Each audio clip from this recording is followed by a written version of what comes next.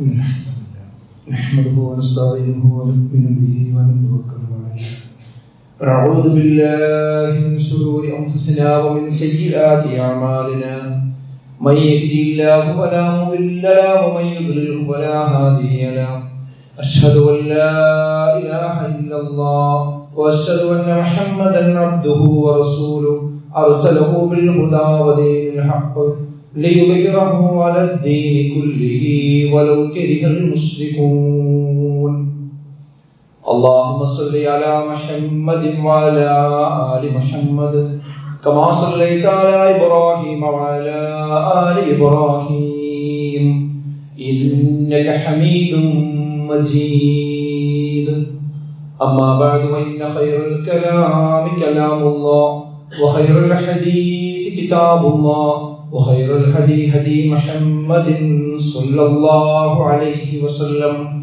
وشر الأمور محدثاتها وكل محدثة بدعة وكل بدعة ضلالة أعوذ بالله من الشيطان الرجيم يا أيها الذين آمنوا اتقوا الله حق تقاته ولا تموتن إلا وأنتم مسلمون بسم الله الرحمن الرحيم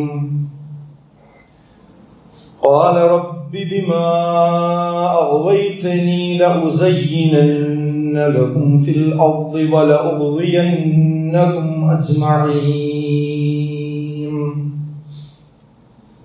ബഹുമാനരായ സത്യവിശ്വാസികളെ വിശ്വാസം അള്ളാഹുവിനെ സൂക്ഷിച്ച് അവന്റെ വിധിവിലക്കുകൾ ജീവിതത്തിന്റെ എല്ലാ മേഖലയിലും എല്ലാ സന്ദർഭത്തിലും പാലിച്ചുകൊണ്ട് ജീവിക്കണമെന്ന് ഏവരെയും ഓർമ്മപ്പെടുത്തുകയാണ്, വസീയത്ത് ചെയ്യുകയാണ്. മനുഷ്യന്റെ മുഖ്യ ശത്രു പിശാചാണ് എന്ന കാര്യത്തിൽ വിശ്വാസികൾക്ക് യാതൊരു തർക്കവും ഉണ്ടാവുകയില്ല. അതുകൊണ്ട് തന്നെ ഏത് കെണിയിൽ നമ്മൾ പെട്ടാലും പിശാചിന്റെ കെണിയിൽ പെടാതെ സൂക്ഷിക്കുക എന്നതാണ് ഒരു വിശ്വാസിയുടെ പ്രഥമമായ ദൗത്യം. പിശാച് ഒന്നുകിൽ മനുഷ്യനെ ദീനിലുള്ളത് ചെയ്യാൻ സമ്മതിക്കില്ല.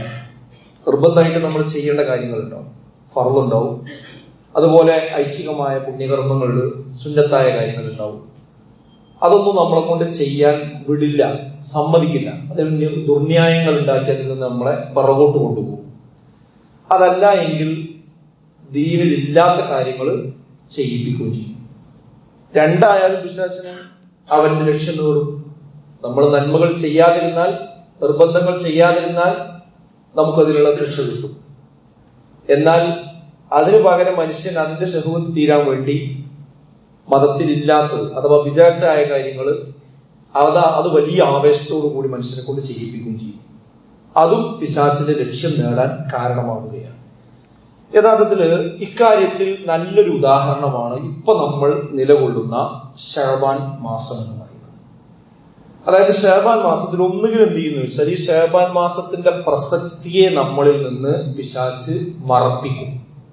അതിന് കാരണം എന്താ വെച്ചാൽ ശഅബാൻ മാസം മനുഷ്യന്മാര് പ്രത്യേകിച്ച് അശ്രദ്ധമാകാൻ സാധ്യതയുള്ള ഒരു മാസമാണ് എന്നാണ്.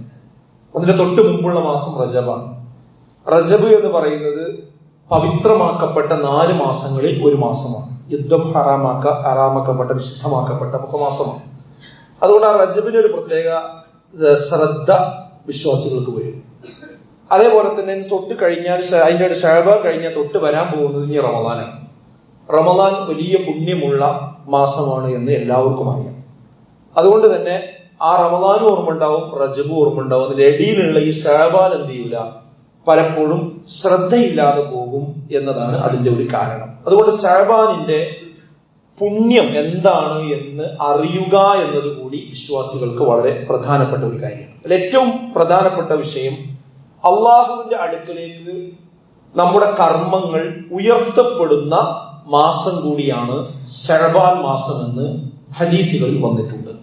അൻ ഉസാമത്തു ബിൻ സെയ്ദ് ഖാല ഖുൽതു യാ റസൂലല്ലാഹ്, ഉസാമത്ത് ബിൻ സെയ്ദ് റളിയല്ലാഹു അൻഹു റസൂലുള്ളാഹി സ്വല്ലല്ലാഹു അലൈഹി വസല്ലമയോട് ചോദിച്ചു, ലം അറക തസൂമു ശഹ്റൻ മിന അശ്ശുഹൂരി മാ തസൂമു മിൻ ശഅബാൻ അല്ല പ്രവാചകരെ, നിങ്ങൾ റമദാൻ കഴിഞ്ഞാൽ ഏറ്റവും കൂടുതൽ നോമ്പ് നോൽക്കാറുള്ളത് ശഅബാൻ മാസത്തിലായിട്ടാണല്ലോ ഞാൻ കണ്ടിട്ടുള്ളത്.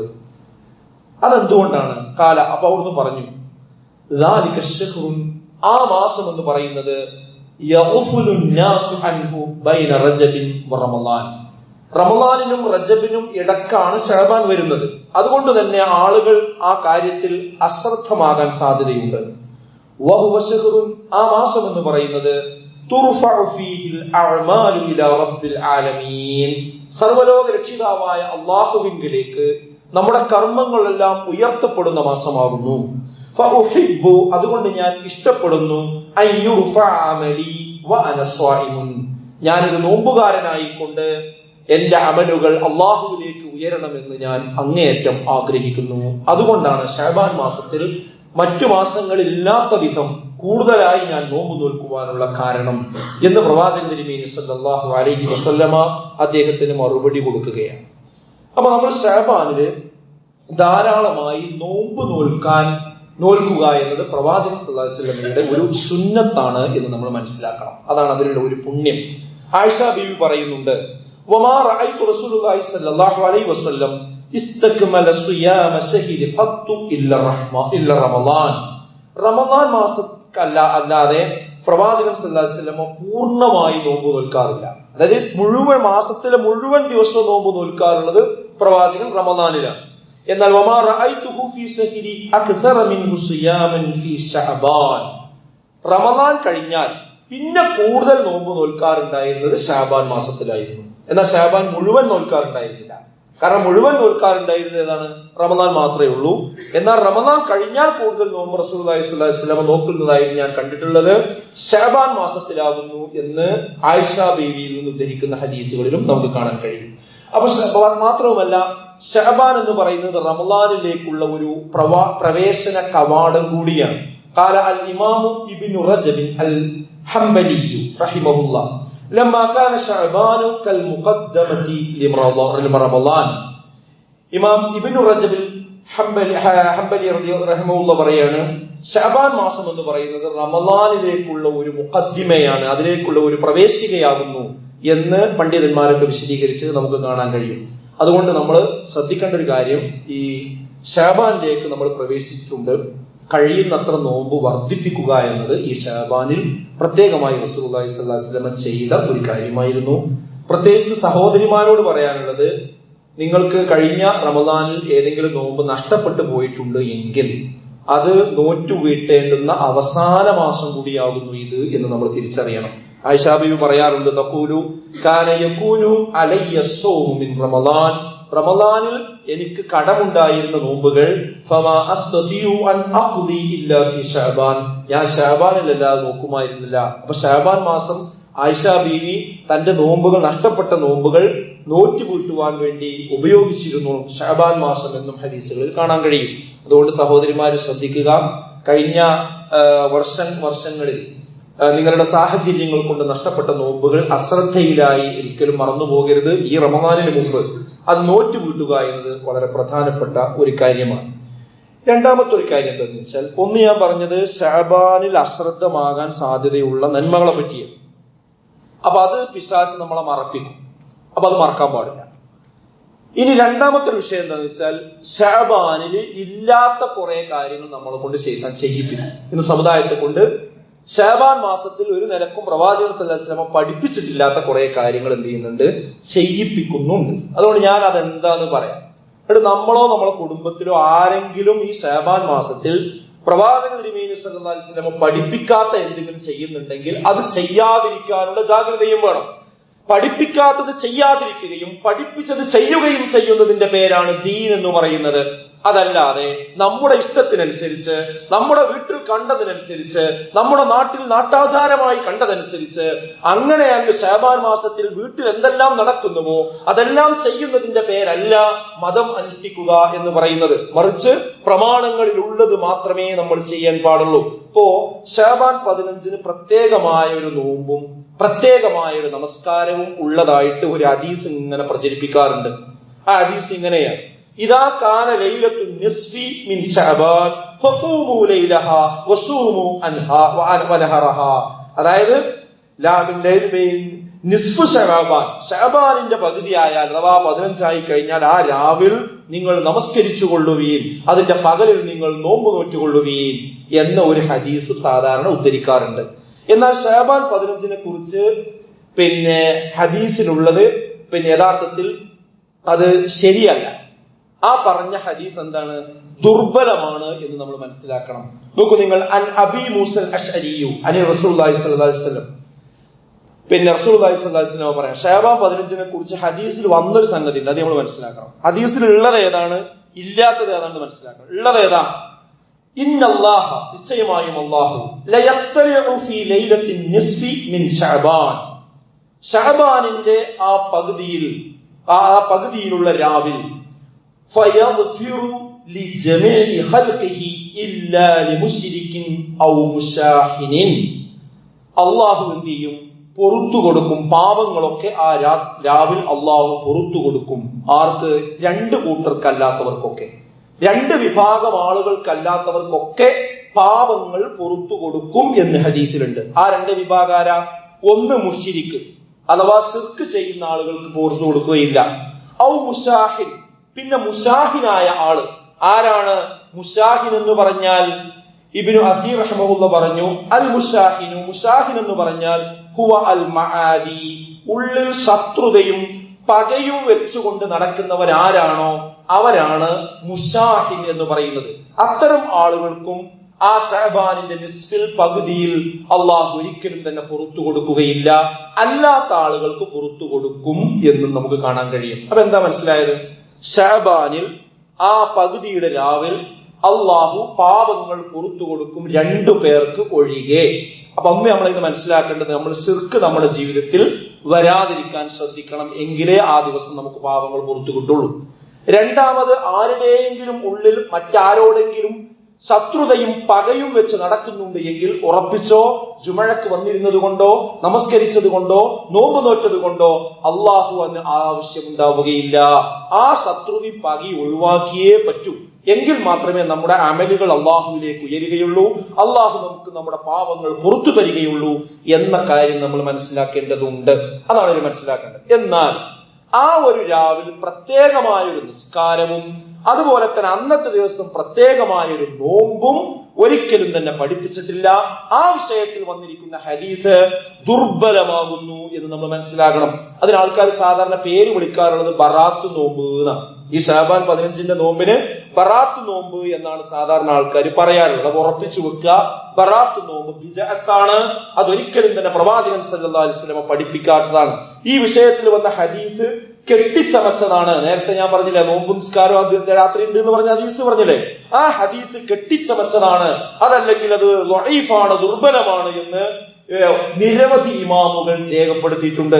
ഇമാം ഇബ്നുൽ ജൗസി റഹ്മഹുള്ളയുടെ കിതാബുൽ മൗദഅത്തിലും ആ കാര്യം നമുക്ക് കാണാൻ കഴിയും. അതേപോലെ തന്നെ ഇമാം ബൈഹഖിയുടെ ശൗബുൽ ഈമാനിലും അത് രേഖപ്പെടുത്തിയിട്ടുണ്ട്. ഇമാം അബൂ ശാമ അശ്ശാഫിയുടെ അൽ ബാഇദു അലാ അൽ ഇൻകാരിൽ ബിദ്അ വൽ ഹവാദിസ് എന്ന ഗ്രന്ഥത്തിലുമൊക്കെ അവരെടുത്തു പറഞ്ഞിട്ടുണ്ട്. ഈ ശഅബാൻ 15 ഈ ബറാത്ത് നോമ്പ് എന്ന് പറയുന്ന നോമ്പ് അതിന്റെ ആ വിഷയത്തിൽ വന്നിരിക്കുന്ന ഹദീസുകൾ കെട്ടിച്ചമച്ചുണ്ടാക്കിയതാണ്, അതല്ലെങ്കിൽ ദുർബലമാണ് എന്ന് കൃത്യമായി ഓർമ്മപ്പെടുത്തിയിട്ടുണ്ട്. അതുകൊണ്ട് നമ്മൾ ആ വീട്ടിൽ ആരെങ്കിലും ഇത് നിർവഹിക്കുന്നുണ്ടെങ്കിൽ അവരോട് പറയാ, ഇത് ഇസ്ലാമിൽ ഇല്ലാത്ത നോമ്പാണ്, അത് നോറ്റാൽ നന്മയല്ല, പുണ്യമല്ല, ഇല്ലാത്തത് ചെയ്താൽ കുറ്റമാണ്. കുല്ലു ബിദ്അത്തിൻ ളലാല വകുല്ലു ളലാലത്തിൻ ഫിന്നാർ, അത് ബിദ്അത്താണ്, അത് ളലാലത്താണ്, ളലാലത്ത് നരകത്തിലേക്കുള്ളതാണ് എന്ന് നമ്മൾ മനസ്സിലാക്കണം. അതേസമയം ശഅബാൻ മാസത്തിന്റെ ഭൂരിഭാഗവും നോമ്പെടുക്കൽ പ്രവാചക ചര്യയാണ്. ഞാൻ നേരത്തെ പറഞ്ഞു, ഇത് രണ്ടും കൺഫ്യൂഷൻ ആകാൻ പാടില്ല. അതായത് ശഅബാൻ മാസത്തില് മിക്കവാറും ദിവസം നോമ്പെടുക്കുക എന്നത് പ്രവാചക ചര്യയാണ് ഒന്ന്. അതേപോലെ തന്നെ എല്ലാ ഹിജറ മാസത്തിലെയും 13, 14, 15 അയ്യാമുൽ ബീദ് എന്നാണ് ആ നോമ്പിന്റെ പേര്. അതെല്ലാ മാസത്തിലും ഉണ്ട്. അത് ഈ മാസം ശഅബാൻ മാസം മാത്രമല്ല, എല്ലാ മാസത്തിലും 13, 14, 15 പുണ്യമുള്ള ദിവസമാണ്. അതേപോലെ എല്ലാ ആഴ്ചയിലെയും തിങ്കൾ വ്യാഴം ദിവസം നോമ്പ് നോൽക്കൽ സുന്നത്തുള്ളതാണ്. അതും ശഅബാൻ മാസത്തിലെ തിങ്കളും വ്യാഴം എന്താണ്? പുണ്യമുള്ള ദിവസങ്ങളാണ്. അതുപോലെ ദാവൂദ് നബിയുടെ നോമ്പ് എന്ന പേരിൽ പ്രസിദ്ധീകരിച്ചിട്ടുള്ള ഒന്നിടവിട്ട നോമ്പ്, ദാവൂദ് നബി ഒന്നിടവിട്ട് നോമ്പ് നോക്കുമായിരുന്നു. ആ നോമ്പ് പ്രവാചകർ സല്ലല്ലാഹു അലൈഹി വസല്ലമയും നോൽക്കുമായിരുന്നു, കൽപ്പിക്കപ്പെടുകയൊക്കെ ചെയ്തിട്ടുണ്ട്. ഇതൊക്കെ ഇസ്ലാമിലുള്ള നോമ്പാണ്. അപ്പൊ എന്ത് മനസ്സിലായി? അപ്പൊ ഈ ശഅബാൻ മാസത്തിൽ എന്തുണ്ടാവും? ഈ 3 ദിവസത്തെ നോമ്പുണ്ടാവും. ശഅബാൻ മാസത്തിലും ഈ ഒന്നിടവിട്ട് നോമ്പ് നോൽക്കുന്ന ആളുകൾക്ക് ആ നോമ്പ് നോൽക്കാം. അതേപോലെ തന്നെ ശഅബാൻ മാസത്തിലും തിങ്കൾ വ്യാഴം നോൽക്കുന്ന ആളുകൾക്ക് ആ നോമ്പ് നോൽക്കാം. അതേപോലെ തന്നെ നേരത്തെ പറഞ്ഞ ശഅബാൻ മാസത്തിൽ ഭൂരിഭാഗവും നോമ്പ് നോൽക്കാൻ നിയ്യത്ത് വെച്ചുകൊണ്ട് ഒരാൾ നോമ്പ് നോൽക്കണമെങ്കിൽ ആ നോമ്പ് നോൽക്കാം. അതിൽപ്പെട്ട ഏതെങ്കിലും ഒരു നോമ്പ് 15 വന്നാൽ കുഴപ്പമില്ല. വിഷയം വേർതിരിച്ച് മനസ്സിലാക്കണം. ഇതിൽപ്പെട്ട ഏതെങ്കിലും ഒരു നോമ്പ് 15 വരാം. ശഅബാൻ 15 വരാം. ചിലപ്പോ 15 എന്ന് പറയുന്നത് വ്യാഴാഴ്ച ആയിരിക്കാം, അല്ലെങ്കിൽ തിങ്കളാഴ്ച ആയിരിക്കാം, അല്ലെങ്കിൽ അയ്യാമുൽ ബീദിന്റെ ദിവസമായിരിക്കാം, അല്ലെങ്കിൽ സാധാരണ ഒന്നിടവിട്ട് നോമ്പ് നോറ്റി വരുമ്പോൾ ആ ദിവസം അതിൽ പെട്ടേക്കാം. അങ്ങനെ നോൽക്കുന്നതിന് കുഴപ്പമില്ല. അത് ശരിക്കും വേർതിരിച്ച് മനസ്സിലാക്കണം.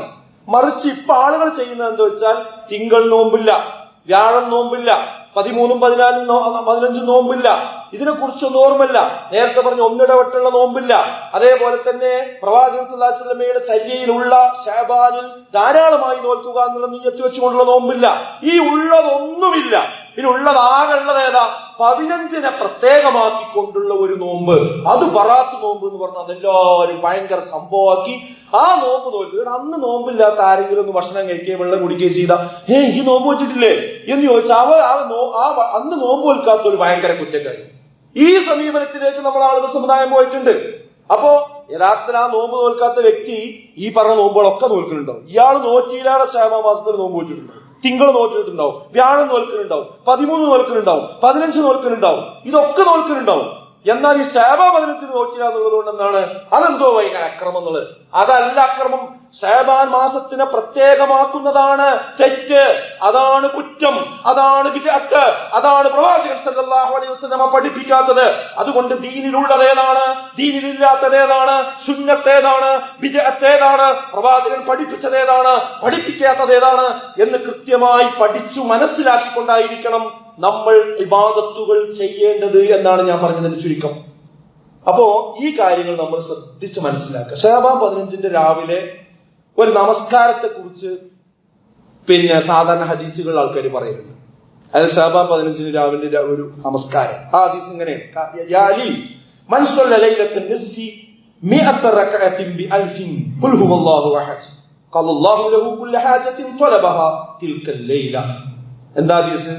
ആ ശഅബാൻ 15 ആ പകുതിയിൽ നിങ്ങൾ 1000 റക്അത്ത് ഖുൽ ഹുവല്ലാഹു അഹദ് എന്ന് ഓതിക്കൊണ്ട് നിങ്ങൾ നിസ്കരിക്കുകയാണെങ്കിൽ വഖല്ലല്ലാഹു ലഹു കുല്ല ഹാജത്തിൻ ത്വലബഹാ തിൽക്കൽ ലൈൽ, അന്നത്തെ രാത്രി നിങ്ങൾ ആവശ്യപ്പെടുന്ന നിങ്ങൾ ആവശ്യങ്ങൾ അല്ലാഹു വീട്ടിത്തരും, നിങ്ങളെ എല്ലാ ആഗ്രഹങ്ങളും സഫലീകരിച്ചു തരും. ഈ ഹദീസ് ദുർബലമാണ്. ഇത് കെട്ടിയുണ്ടാക്കപ്പെട്ടതാണ്. ഇമാം ഇബ്നുൽ ഖയ്യിം റഹിമഹുല്ലാ അക്കാര്യം കൃത്യമായി പറഞ്ഞിട്ടുണ്ട്. അതേപോലെ തന്നെ വേറൊരു നിസ്കാരമുണ്ട്, സ്വലാത്തുൽ അൽഫിയ എന്ന പേരിലുള്ള നിസ്കാരം, 1000 റക്അത്തുള്ള നിസ്കാരം. ഈ നിസ്കാരം ഇതിനെ പേര് പറയാറുണ്ട്. അത് ഈ മാസങ്ങളിൽ കാണാറുണ്ട്, ബിദ്അത്താണ്. അതേപോലെ തന്നെ റജബ് മാസത്തിൽ കാണുന്നതാണ് സലാത്തുർ റഗായിബ്, ആഗ്രഹ സഫലീകരണത്തിന് വേണ്ടിയുള്ള നിസ്കാരം. ഈ 2 നിസ്കാരത്തെ പറ്റിയും ഇമാം നവവി റഹിമഹുല്ലാഹ് പറഞ്ഞ എന്താ അറിയോ? അസ്സലാത്തുൽ മഅറൂഫതു ബിസ്സലാത്തിർ റഗായിബ് വഹിയ 12 റക്അത്തൻ തുസല്ല ബൈനൽ മഗ്രിബി വൽ ഇശാഇ ലൈലത അവ്വൽ ജുമുഅത്തിൻ ഫീ റജബ്. റജബ് മാസത്തിന്റെ ആദ്യത്തെ വെള്ളിയാഴ്ച മഗ്രിബിനും ഇശാഇനും ഇടക്ക് 12 റക്അത്ത് നിസ്കരിക്കുന്ന ഒരു നിസ്കാരമുണ്ട്. അത് റഗായിബ് നിസ്കാരം എന്നുള്ള പേരിലാണ് ആളുകൾ പറയുന്നത്. പിന്നെയോ വസലാത്തുൽ ലൈലത്തിൻ നിസ്ഫി ശഅബാൻ 100 റക്അ, അതുപോലെ ശഅബാനിന്റെ പകുതിയിൽ 100 റക്അത്ത് നിസ്കരിക്കുന്ന നിസ്കാരത്തെ പറ്റിയും പറയാറുണ്ട്. ഇത് രണ്ടും പറഞ്ഞിട്ട് അദ്ദേഹം പറയുന്ന വഹാത്താനി അസ്വലാത്താനി, ഈ 2 നമസ്കാരവും, ഈ റഗായിബ് നമസ്കാരവും ഈ ശഅബാൻ 15-നുള്ള ഈ നമസ്കാരവും ബിദ്അത്താനി, അത് രണ്ടും ബിദ്അത്താകുന്നു. വമുൻകറാത്തി അബീഹത്താനി, അത് തിന്മയാണ്, അത് മ്ലേച്ഛമാണ്, അതൊരിക്കലും ചെയ്യാൻ പാടില്ലാത്തതാണ്. അതിൽ ഓതുന്നത് സൂറത്തല്ലാത്തത് കൊണ്ടല്ല, അതിൽ പറയുന്നത് ദിക്റല്ലാത്തത് കൊണ്ടല്ല, മറിച്ച് അത് പ്രവാചകൻ സല്ലല്ലാഹു അലൈഹി വസല്ലം പഠിപ്പിച്ചിട്ടില്ല എന്ന് നമ്മൾ മനസ്സിലാക്കേണ്ടതുണ്ട്. ഈ നമസ്കാരത്തെ കുറിച്ച് അബൂ ശാമ റഹ്മത്തുള്ളാഹി പറയുന്നു, നോക്കൂ നിങ്ങൾ, വസയ്യന ശൈത്വാനു ലഹും ജഅലഹാ മിൻ അജ്ലി ശആഇരിൽ മുസ്ലിമീൻ. മുസ്ലിങ്ങളുടെ ശറയിൽപ്പെട്ടതാണ് ഈ നിസ്കാരങ്ങൾ എന്ന് പിശാച് അവർക്ക് ഭംഗിയാക്കി തോന്നിപ്പിച്ചു കൊടുക്കുകയാണ്. ഒരിക്കലും എന്തല്ല, അത് ഇസ്ലാമിലുള്ളതല്ല എന്ന് പണ്ഡിതന്മാർ കൃത്യമായി പറഞ്ഞിട്ടുണ്ട്. അപ്പൊ നമ്മൾ മനസ്സിലാക്കുക എന്തൊക്കെയാണ് ഷഅബാനിൽ ഉള്ളത്, ഷഅബാനിൽ ഇല്ലാത്തത് ഏതാണ് എന്ന് വേർതിരിച്ച് മനസ്സിലാക്കുക. ഇങ്ങനത്തെ ഒരു നിസ്കാരം എന്തില്ല, ഇസ്ലാമിൽ ഇല്ല. അതിൽ ഉദ്ധരിക്കപ്പെടുന്ന ഹദീസുകൾ ദഈഫാണ്, മൗദൂആണ് എന്ന് മനസ്സിലാക്കണം. ഖുർആൻ അവതരിച്ചത് അനുഗ്രഹീത രാവിലാണെന്ന ഒരു ആയത്ത്, ആ ആയത്തിന് ചില ആൾക്കാർ ദുർവ്യാഖ്യാനിച്ചിട്ട് പറയുന്നത് ഷഅബാനിലാണ് ഖുർആൻ ഇറങ്ങിയത്. അതുവരെ പറയുന്നുണ്ട്. ഈ ബറാത്ത് ദിവസത്തിന് പിന്നെ പുണ്യം കിട്ടാൻ വേണ്ടിയിട്ട് ഖുർആൻ ഇറങ്ങിയത് വരെ ഷഅബാൻ. ഏതായത്ത്? ഇന്നാ അൻസൽനാഹു ഫീ ലൈലത്തിൻ മുബാറകത്തിൻ ഇന്നാ കുന്നാ മുൻദിരീൻ. നിശ്ചയമായും അനുഗ്രഹീതമായ രാവിലാകുന്നു നാം അതിനെ ഇറക്കിയിരിക്കുന്നത്. ഇന്നാ കുന്നാ മുൻദിരീൻ, നാം നിശ്ചയമായും നാം മുന്നറിയിപ്പ് നൽകുന്നവനാകുന്നു എന്ന 44-ാം അധ്യായത്തിലെ 3-ാമത്തെ ആയത്താണ്. ഇത് വെച്ചിട്ട് പറയണത് ആ അനുഗ്രഹീതമായ രാവ് എന്ന് പറഞ്ഞാൽ ശഅബാൻ 15 ആലോചിച്ചു എത്ര കടന്ന വായിക്കാനാണത്. യഥാർത്ഥത്തിൽ വിശുദ്ധ ഖുർആനിലെ മറ്റു നിരവധി ആയത്തുകൾക്ക് എതിരാണ് പറയുന്നത്. ഇന്നാ അൻസൽനാഹു ഫീ ലൈലത്തുൽ ഖദ്ർ, നിശ്ചയമായും വിശുദ്ധ ഖുർആൻ ഇറക്കപ്പെട്ടിരിക്കുന്നത് ലൈലത്തുൽ ഖദ്റിന്റെ രാവിലാണ്. ലൈലത്തുൽ ഖദ്ർ ശഅബാനില്ല, ലൈലത്തുൽ ഖദ്റിന്റെ രാവിലാണെന്ന് വിശുദ്ധ ഖുർആനിന്റെ ആയത്ത് കൃത്യമായിട്ടില്ലേ? ശഹ്റു റമളാനല്ലദീ ഉൻസില ഫീഹിൽ ഖുർആൻ ഹുദൻ ലിന്നാസ് വബയ്യിനാതിൻ മിനൽ ഹുദാ വൽ ഫുർഖാൻ. ആർക്കാ അതിന്റെ അർത്ഥം അറിയാത്തത്?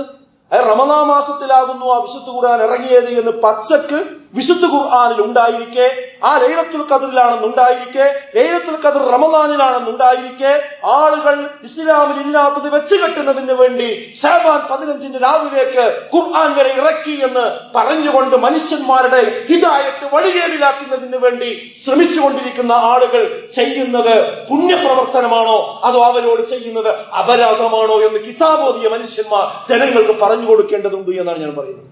സാധുക്കളാണ് ഇതൊക്കെ. ഇതൊക്കെ കേട്ട് വിശ്വസിച്ചിട്ട് ഇല്ലാത്ത നിസ്കാരവും ഇല്ലാത്ത നോമ്പും ഉള്ളതോ ഉള്ളത് ഇവർക്കൊണ്ട് അറിയില്ല. ഉള്ള കാര്യങ്ങൾ ചെയ്യുന്നതിന് യാതൊരു താല്പര്യം പലപ്പോഴും ഉണ്ടാകാറില്ല. അതുകൊണ്ട് പിശാചിനെ കരുതിയിരിക്കാം. എന്താ പിശാച് പറഞ്ഞത്?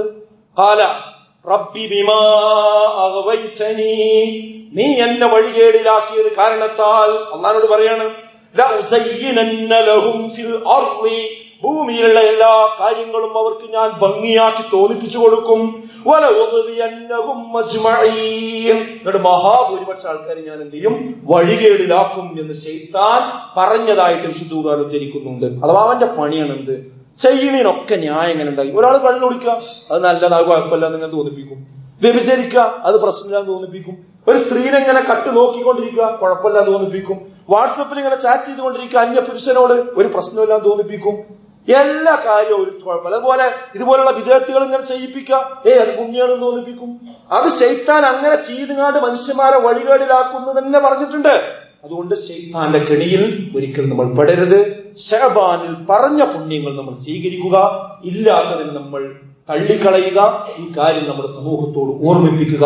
അങ്ങനെ ഉള്ളത് സ്വീകരിക്കുകയും ഇല്ലാത്തത് ഒഴിവാക്കുകയും ചെയ്യുന്ന യഥാർത്ഥ മുത്തഖികളിൽ മുഅ്മിനുകളിൽ അല്ലാഹു നമ്മേവരെയും ഉൾപ്പെടുത്തി അനുഗ്രഹിക്കുമാറാകട്ടെ.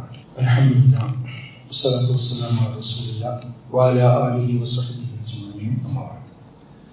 ബഹുമാനരായ സത്യവിശ്വാസികളെ, വിശ്വാസികളെ, അള്ളാഹുവിനെ സൂക്ഷിച്ചുകൊണ്ട് ജീവിക്കണമെന്ന് ഒരിക്കൽ കൂടി ഓർമ്മപ്പെടുത്തുകയാണ്, വസിയത്ത് ചെയ്യുകയാണ്. ഇത് നമ്മുടെ സ്കൂളിലും കോളേജിലുമൊക്കെ പഠിച്ചുകൊണ്ടിരിക്കുന്ന കുട്ടികൾക്കിടയിൽ ഒരു തിയറിയുണ്ട്. നമ്മുടെ പള്ളിയിലും +1, +2 അതേപോലെ തന്നെ ഹൈസ്കൂൾ പ്രായത്തിലുള്ള കുട്ടികൾ, ആൺകുട്ടികളും പെൺകുട്ടികളും ധാരാളമായിട്ട് വന്നിട്ടുണ്ടാവുക. ഞാൻ അവരോട് കൂടിയാണ് പറയുന്നത്. അവർക്കിടയിലുള്ള ഒരു തിയറി എന്താന്ന് ചോദിച്ചാൽ, ഒരാണും പെണ്ണും, അന്യപുരുഷനും അന്യ സ്ത്രീയും, ഒരാൺകുട്ടി ഒരു പെൺകുട്ടി ഒന്നിച്ച് തോളിൽ പിടിച്ച് നടന്നു പോകുന്ന ഒരു കാഴ്ച കണ്ടാൽ, അപ്പൊ അങ്ങനത്തെ കാഴ്ചകൾ വളരെ നിരവധിയാണ്. ബൈക്കിൽ ഒന്നിച്ചു പോകുന്നു 2-3 കുട്ടികൾ, ഒരാണ ഏതാ പെണ്ണേതാന്ന് തന്നെ അറിയില്ല, കാരണം എല്ലാതും ഒരു വേഷമാണല്ലോ. ആ രീതിയിൽ പോകുന്ന ആൾക്കാരെ നമുക്ക് കാണാൻ പറ്റും. ഒരു മഴ പെയ്താൽ ഒരു കൊടയിൽ അതിൽ ആൺകുട്ടികളും പെൺകുട്ടികളും ഒന്നിച്ച് നിന്ന് ചാരി തോള് പിടിച്ചു പോകുന്നത് കാണാം. ആ യൂറോപ്പിക്കൊന്നും പോണ്ട, നമ്മളെ ഈ അങ്ങാടി കൂടി നോക്കിയാൽ മതി. അപ്പൊ അത് നമ്മൾ ആരെങ്കിലും ഒന്ന് വിളിച്ചിട്ട്, മോളെ ഇത് ചെയ്യാൻ പാടുണ്ടോ, ഈ അവന്റെ കൂടെ നടക്കാൻ പാടില്ല, തോള് പിടിക്കാൻ പാടുണ്ടോ, അതെന്റെ ആരാ എന്ന് ചോദിച്ചാൽ അവർ തിരിഞ്ഞു നിന്ന് കണ്ട് പറയണ വളരെ രണ്ടാളും ഒപ്പം പറയണ ഒരു സംഗതി ഉണ്ടല്ലേ, അത് നിങ്ങളെ കണ്ണിനാണ് കുഴപ്പം. ഞങ്ങൾ നിങ്ങളാ വിചാരിച്ച മാതിരിയുള്ള ബന്ധമൊന്നുമില്ല. നിങ്ങൾ ഫ്രണ്ട്സാണ്, ഞങ്ങൾ ബോയ് ഫ്രണ്ട്സാണ്, ഗേൾ ഫ്രണ്ട്സാണ്, ആൺ സുഹൃത്താണ്, പെൺ സുഹൃത്താണ്. കാമുകന്മാരെന്ന് പോലും ഉപയോഗിക്കൂല. എന്താ ഉപയോഗിക്കുക? ആൺ സുഹൃത്തും പെൺ സുഹൃത്തും. സുഹൃത്തുക്കളാണ്. നിങ്ങൾ സുഹൃത്തുക്കളായി നടക്കുന്നതിന് എന്താ കുഴപ്പം? നിങ്ങൾ ഈ ആളുകൾ, പ്രത്യേകിച്ച് ഇപ്പൊ ഈ താടിക്ക് വെച്ച മൗലവിമാരൊക്കെ ഉണ്ടല്ലോ, അവരെന്ത് കണ്ടാലും ഇങ്ങനെ നോക്കുള്ളൂ, ഇങ്ങനെ ന്യായീകരിക്കുള്ളൂ, ഇങ്ങനെ വ്യാഖ്യാനിക്കുള്ളൂ. ഇപ്പൊ കുറ്റക്കാരായി? ഇപ്പൊ കണ്ടോനും പറഞ്ഞോനും ഇല്ലേ കുറ്റക്കാർ? ഈ ചെയ്യുന്നവർക്കൊരു കുഴപ്പമില്ല. എന്നിട്ട് അവരാതും പറഞ്ഞുകൊണ്ട് തോളി പിടിച്ച് പിന്നെയും പോകും. ഇതൊന്നൊരു സർവ്വസാധാരണമായ ഒരു സംഗതിയായി മാറിയിട്ടുണ്ട്. പ്രിയപ്പെട്ട മക്കളെ, ഞാൻ നിങ്ങളോട് പറയുന്നത്, ഇത് നിങ്ങൾ ന്യായീകരിക്കുകയാണെങ്കിൽ എഴുതി വെച്ചോ, ഒരു സ്ത്രീയും പുരുഷനും, പ്രത്യേകിച്ച് ഈ പ്രായത്തിലുള്ള കുട്ടികൾ, കൗമാരപ്രായത്തിലുള്ള കുട്ടികൾ എന്ത് ഫ്രണ്ട്സാന്ന് പറഞ്ഞിട്ടും കാര്യമില്ല. അത് വൈകാരികമാകും, അത് ലൈംഗികമായ ചേഷ്ടകളിലേക്ക് എത്തും, സംഭവിക്കേണ്ടതൊക്കെ സംഭവിക്കും. അങ്ങനെ നിങ്ങൾക്കൊരു ആണും പെണ്ണും തൊട്ടുരുമി നടന്നിട്ട് ഒന്നും തോന്നണില്ലെങ്കിൽ ഞാൻ പറയുന്നത് എന്താ അറിയോ, നിങ്ങൾക്ക് എന്തോ ഒരു അസുഖമുണ്ട് എന്നുള്ളതാണ്. അതായത് നിങ്ങൾക്കൊരു വികാര പ്രകടനമില്ല, ഒരു സംഗതി, പിന്നെ കല്യാണം കഴിച്ചാലും ശരിയാവില്ല. അങ്ങനെയാണ് അങ്ങനത്തെ ആൾക്കാർ. ഒരാണും പെണ്ണും ഒന്നിച്ചായാൽ, ഒറ്റക്കായി കഴിഞ്ഞാൽ വൈകാരികമായ സംഗതികൾ അവർക്ക് ഉണ്ടാവും.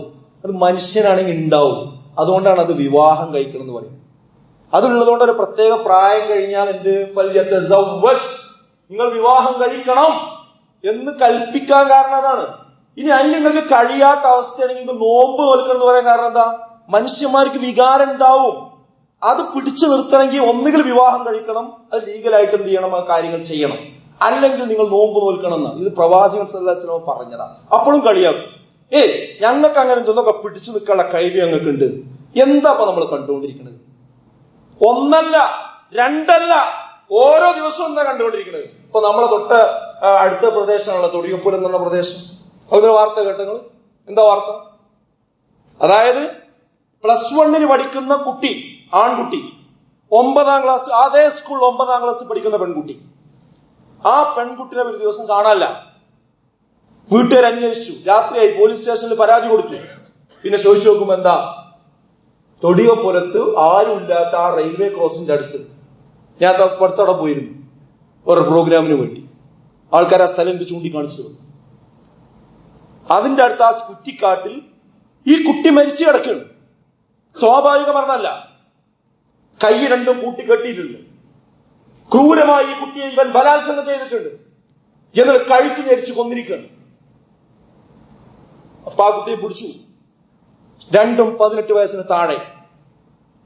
ഞങ്ങൾ ലിവിങ് ടുഗദർ, ഇതാ അതിന് വാക്ക്, ഒരു പ്രത്യേക, ഞങ്ങൾ ഉഭയകക്ഷി സമ്മതമാണ്, കൺസെന്റ് ഉണ്ടെങ്കിൽ എന്തുമാകാം.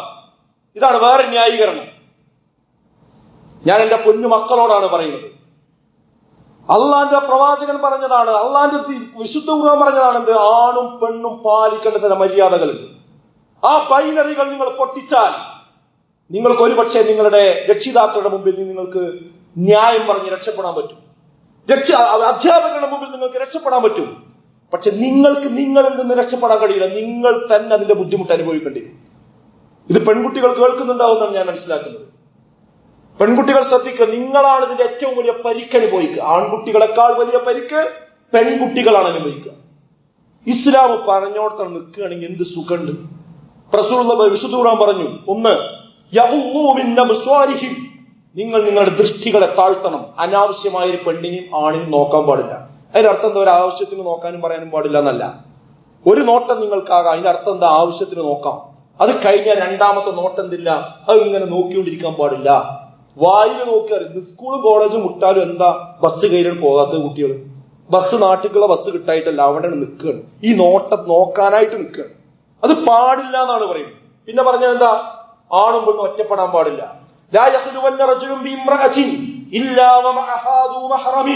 ഒരു മഹറമിന്റെ കൂടെയല്ലാതെ ഒരാണും പെണ്ണും അന്യപുരുഷനും അന്യസ്ത്രീയും ഒറ്റക്കാകാൻ പാടില്ല. ആ ഒറ്റപ്പെടൽ ഇപ്പൊ നോക്കി, നിങ്ങൾ ഏത് സ്കൂളിന്റെ കോളേജിന്റെ അടുത്ത് നോക്കിയാൽ അവിടെയൊക്കെ ചില കാടുകൾ ഉണ്ടാവും, ഒഴിഞ്ഞ കെട്ടിടങ്ങൾ ഉണ്ടാവും. അവിടെയൊക്കെ ആ കോണിപ്പടികളിലൊക്കെ നോക്കിക്കഴിഞ്ഞാൽ ഇതിങ്ങനെ ഇരിക്കുക, ഈ കുട്ടികൾ ഇരിക്കുക, ക്ലാസ് കട്ട് ചെയ്തിട്ട് അവിടെ വന്ന് ഇരിക്കുക. നമ്മളെ ദൃശ്യങ്ങൾ എത്ര കാണുന്നുണ്ട് നമ്മൾ? ആരെങ്കിലും കണ്ട അവർക്ക് എന്തെങ്കിലും ഉണ്ടോ? ഒരു പ്രശ്നവും തോന്നുന്നില്ല. ഞാൻ പറയുന്നത് അങ്ങനെ തോന്നാത്ത ആളുകൾക്ക്, അങ്ങനെ വിശ്വാസമില്ലാത്ത ആൾക്കാർ, അവരെ പറ്റിയല്ല ഞാൻ പറയുന്നത്. നല്ല ഒന്നാം തരം വീടുകളിൽ നിന്ന്, ഇസ്ലാമിക വീടുകളിൽ നിന്ന് പോകുന്ന മുസ്ലിമായ വാപ്പാക്കും ഉമ്മാക്കും ജനിച്ച മക്കളോടാണ് ഞാൻ പറയുന്നത്. എന്ത് ന്യായമുണ്ട് ഇതിന്? അന്യ സ്ത്രീയുടെ തോളിൽ പിടിച്ച്, അന്യ പുരുഷന്റെ തോളിൽ പിടിച്ച് അങ്ങാടിയിലൂടെ കറങ്ങാൻ ഒരു മുസ്ലിമിന് എന്ത് ന്യായമുണ്ട്? റീൽസിൽ കാണുന്നതാണോ ലോകം എന്ന് പറയുന്നത്? അതൊന്നും ഒരു വിശ്വാസിക്ക് കരണീയമല്ല എന്ന് മനസ്സിലാക്കണം. മൂന്നാമത്തത് എന്താ? കൊഞ്ചിക്കുഴഞ്ഞ് സംസാരിക്കാൻ പാടില്ല. ഫലാ തഖ്ളഇന ബിൽ ഖൗലി ഫയത്ബഅ അല്ലദീ ഫീ ഖൽബിഹി മറദ് വഖുൽന ഖൗലൻ മഅറൂഫാ. വിശുദ്ധ ഖുർആൻ പറയാണ്, നിങ്ങൾ ഒരിക്കലും കൊഞ്ചിക്കൊഴിഞ്ഞുകൊണ്ട് നിങ്ങൾ സ്ത്രീകളും പുരുഷന്മാരും തമ്മിൽ സംസാരിക്കാൻ പാടില്ല. അങ്ങനെ നിങ്ങൾ പുരുഷന്മാരോട് ഒരു സ്ത്രീ കൊഞ്ചിക്കുഴഞ്ഞ് സംസാരിച്ചാൽ ഫയത്ബഅ അല്ലദീ ഫീ ഖൽബിഹി മറദ്, ഹൃദയത്തിൽ രോഗമുള്ള ആളുകൾ അതാ നിങ്ങൾക്ക് ബുദ്ധിമുട്ടുകൾ ഉണ്ടാക്കും, നിങ്ങൾക്ക് പ്രശ്നങ്ങൾ ഉണ്ടാക്കും. അതാണ് സ്ത്രീ ഇങ്ങനെ സംഭവിക്കുന്നത്. എന്താ കൊലപാതകത്തേക്ക് നയിക്കാൻ കാരണം? അവർ രണ്ടുപേരും പ്രണയത്തിലായിരുന്നു എന്നാ പറയുന്നത്. അങ്ങനെ ഒരു സ്ത്രീ ഒരു പെൺകുട്ടി ഇവന്റെ കൂടെ നേരത്തെ പോണെങ്കിൽ നല്ല വിശ്വാസമാണ്. ആ വിശ്വാസം ആർജിച്ച ശേഷമാണ് എന്ത് ചെയ്യുന്നത്? ഈ കൊഞ്ചിക്കുഴക്കലും നടക്കലൊക്കെ കഴിഞ്ഞിട്ട് അവസാനത്തേക്ക് എത്തുന്നു. അതിലേക്ക് എത്തുമ്പോഴാണ് പല പെൺകുട്ടികളും ഇവൻ ഇതിനു വേണ്ടിയാണ് എന്നെ ഉപയോഗിച്ചതെന്ന് അപ്പളാ മനസ്സിലാക്കുന്നത്. അപ്പൊ അവള് പ്രതികരിക്കുമ്പോ ഇവന് പിടുത്തം വിടും. അത് സ്വാഭാവികമാണ്. പിന്നെ അവനെ നയിക്കുന്നത് ശൈത്താനാണ്. ശൈത്താന്റെ പ്രത്യേകത എന്താണ്? നുഖയ്യിദു ലഹു ശൈത്താൻ ഫഹുവ ലഹു ഖരീൻ. ഖുർആൻ പറഞ്ഞതാ, നിങ്ങൾ അള്ളാഹുവിന്റെ ദിക്റിൽ നിന്ന് മാറി സഞ്ചരിച്ചാൽ പിന്നെ നിങ്ങൾക്കൊരു ശൈത്താനെ ഞാൻ വെച്ചു തരും. പിന്നെ ആ ശൈത്താനാണ് നിങ്ങളെ ഉറ്റമിത്രമാവുക. പിന്നെ ആ കൊല്ലിപ്പിക്കുന്നതൊക്കെ എന്താണ്? പൈശാചികമായ ദുർബോധനങ്ങളാണ്. അപ്പൊ അയക്കാ കെണിക്ക് നമ്മൾ നിന്ന് കൊടുത്താൽ പിന്നെ നമുക്ക് പിടുത്തം കിട്ടൂല. ഇത് ഒരൊക്കെ സംഭവമാണോ കേരളത്തിൽ നടന്നത്? കഴുത്തറുത്ത് കൊന്ന സംഭവം കോട്ടയത്തുണ്ടായിട്ടില്ലേ? പെട്രോൾ ഒഴിച്ച് കത്തിച്ച സംഭവം പിന്നെ കൊല്ലത്തുണ്ടായിട്ടില്ലേ? അരയിൽ ബോംബ് വെച്ചുകൊണ്ട് കെട്ടിപ്പിടിച്ച് പൊട്ടിത്തെറിച്ചത് വയനാട്ടിൽ ഉണ്ടായിട്ടില്ലേ? ഞാൻ അങ്ങനെ നിന്ന് പറയണെങ്കിൽ എത്ര പറയാൻ പറ്റും? ഇല്ല, നിങ്ങൾ ബാക്കി പഴയ പത്രങ്ങൾ എടുത്തു നോക്കി. ഞാൻ എന്റെ മക്കളോടാണ് പറയുന്നത്, നിങ്ങൾ ന്യായം പറയരുത്. ന്യായം പറഞ്ഞുകൊണ്ട് ഈ ന്യായം പറഞ്ഞുകൊണ്ട് ആ തോൾ പിടിച്ച് നടക്കരുത്. അത് നമുക്ക് വലിയ കെണികളാണ് ഒരുക്കുക. പിന്നെ എത്ര വലിയ ആൾക്കാരാണെങ്കിൽ സ്പർശിക്കാൻ പാടില്ല, തൊടാൻ പാടില്ല. ഇസ്ലാമിന്റെ തത്വമാണ്. എന്താ റസൂലുള്ളാഹി പറഞ്ഞത്? ഒരാണും പെണ്ണും തമ്മിൽ തൊടുക എന്ന് പറഞ്ഞാൽ എന്താ അറിയോ? ഒരു ഇരുമ്പിന്റെ ആണി നിങ്ങളെ നെറ്റിയിലേക്ക് അടിച്ചു കയറ്റുന്നതാണ് അതിലേറെ നല്ലത്. അപ്പൊ അതിന്റെ ഗൗരവം എത്ര? റസൂലുള്ളാഹി എന്താ പറഞ്ഞത്? ഇന്നി നിശ്ചയമായി ഞാന് ലാ ഉസാഫിഹു അന്നിസാ, സ്ത്രീകൾക്കൊരിക്കലും ഹസ്തദാനം ചെയ്യുകയില്ല. ഇന്ന് ഹസ്തദാനം വ്യാപകമാണ്. ആൺകുട്ടികളും പെൺകുട്ടികളും ക്ലാസ്സിക്ക് ചെല്ലുമ്പോൾ ഷെയ്ക്കൻഡ് കൊടുക്കുകയാണ്. അത് വലിയ രീതിയിൽ ന്യായീകരിച്ചുകൊണ്ടിരിക്കുകയാണ്. അപ്പൊ എന്താ അതിനെന്താ കുഴപ്പം?